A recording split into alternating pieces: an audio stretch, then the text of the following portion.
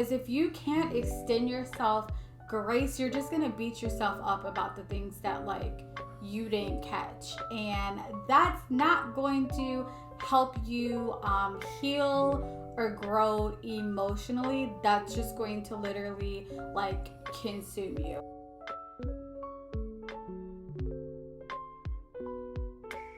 Hey love, this is Alyssa, the mind behind Nouriched Soul, where we heal word by word.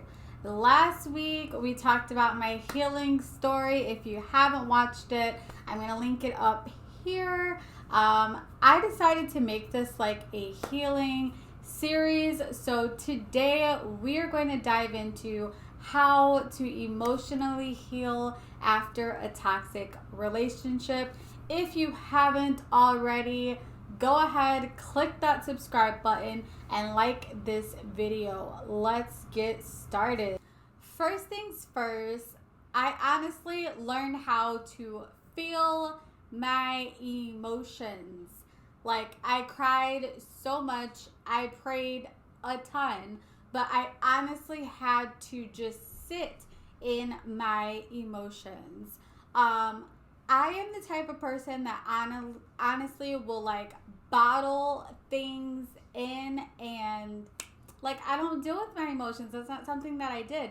But when it comes to healing, you can't deny your true emotions. It's not something that you can just, be a strong woman or a strong man about. No, you have to sit and feel your emotions.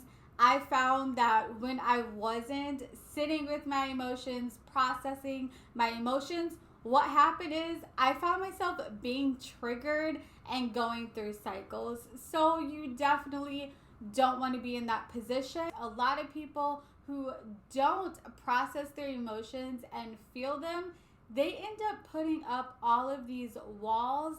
And I mean, don't get me wrong, walls are great as a defensive mechanism. They keep you safe for a period of time, but it becomes a problem when you've built your walls so solid that now you can't be like compassionate and love others, or you can't even allow people in, and you desire to have good and healthy relationships. So yeah, you gotta learn how to just sit in your emotions, cry it out, pray it out, journal it out, whatever you gotta do, but you have to deal with your emotions in order to heal.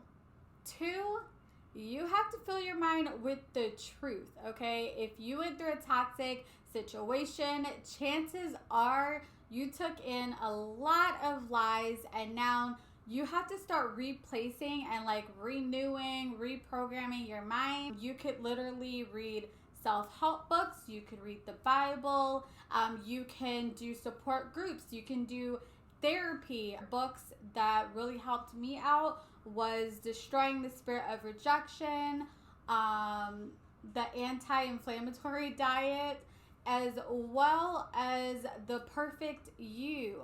I'm going to link those in my description box so that you could get those if you would like to read them. Some of my favorite Christian resources was Real Talk Kim. I literally would be thinking a negative thought, making myself feel guilty, and like her app that I have on my phone would literally send me a notification that would like bring me back into what the truth was. Like, nope sis, it's not you, it's them. So yes, I recommend Real Talk Kim. She definitely was there, helped me through a lot. Okay, I'm back. Okay, so one of the resources that I used was BetterHelp. Honestly, it was not a good experience for me, but I would say if you feel like you need that support, yes, go to therapy. BetterHelp is a resource for you. Try out a lot of therapists until you find the one that clicks with you. If you're interested, I can do a YouTube video doing a review, like what my experience was with them.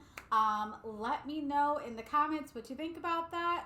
The third thing I had to do was filter my thoughts. I shared this in my other videos as well, but after I started my healing journey, I was basically in a toxic environment at church, as well as a toxic friendship that was within the church. So after that, I really had to filter out my thoughts. I was hearing in my head sermons that were preached at me. I was hearing what people said. I was listening to myself, shaming myself, guilting myself.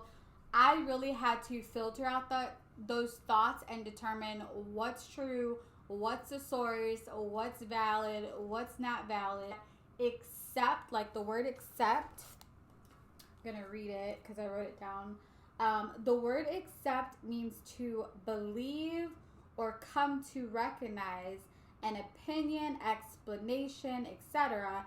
as valid or correct.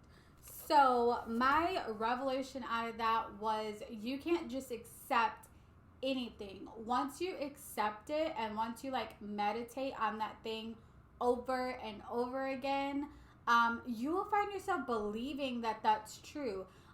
A lot of people that have been in a toxic house growing up, had toxic parents, or have experienced a toxic relationship, they have found themselves accepting things blindly, not realizing that that's not truth. That's actually not normal. So on your healing journey, you will have to filter your thoughts. You will have to determine what's truth, what's valid, and you will have to decide on what to accept. Just because a thought is coming into your mind doesn't mean that it's truth or valid. So along with filtering out your thoughts is 4, examining yourself. You are going to have to figure out, why did you accept certain things? What boundaries, what boundaries did you need to create? Where do you need to go now to have those healthy relationships? Because just because you had one toxic relationship or maybe a lot doesn't mean that you have to give up on having healthy relationships. You still deserve that. So you have to determine how are you going to move forward. How are you going to make sure that you guard your heart and yourself. Learning myself, learning what my limiting beliefs were, learning what boundaries I need to set up, learning my weaknesses helped a ton. I learned so much about myself that honestly I didn't know before, and a lot of it stemmed from childhood. I had no idea, but once you start processing and really examining and dissecting why you do some of the things that you do, you might find that it has a lot to do with things that you accepted all the way back in childhood. I don't know, that was crazy to me. So 5, I learned to give myself grace to learn and to grow. As somebody that's kind of type A, a recovering perfectionist, I am really hard on myself. I'm not gonna lie, not gonna sugarcoat it whatsoever. That was the truth. I've worked on it, but I learned to give myself grace to just learn and grow throughout the process. Honestly, I felt just accepting that grace for myself, because a lot of times I give grace freely to others, but when it comes to me, no, I'm not there. So I've learned to give myself that grace, and in the process, that has helped cut down a lot of shame and feelings of guilt, which then causes me to kind of self-reject. Because if you can't extend yourself grace, you're just gonna beat yourself up about the things that you didn't catch, and that's not going to help you heal or grow emotionally. That's just going to literally consume you. So I've learned to give myself grace to grow and to learn throughout this process.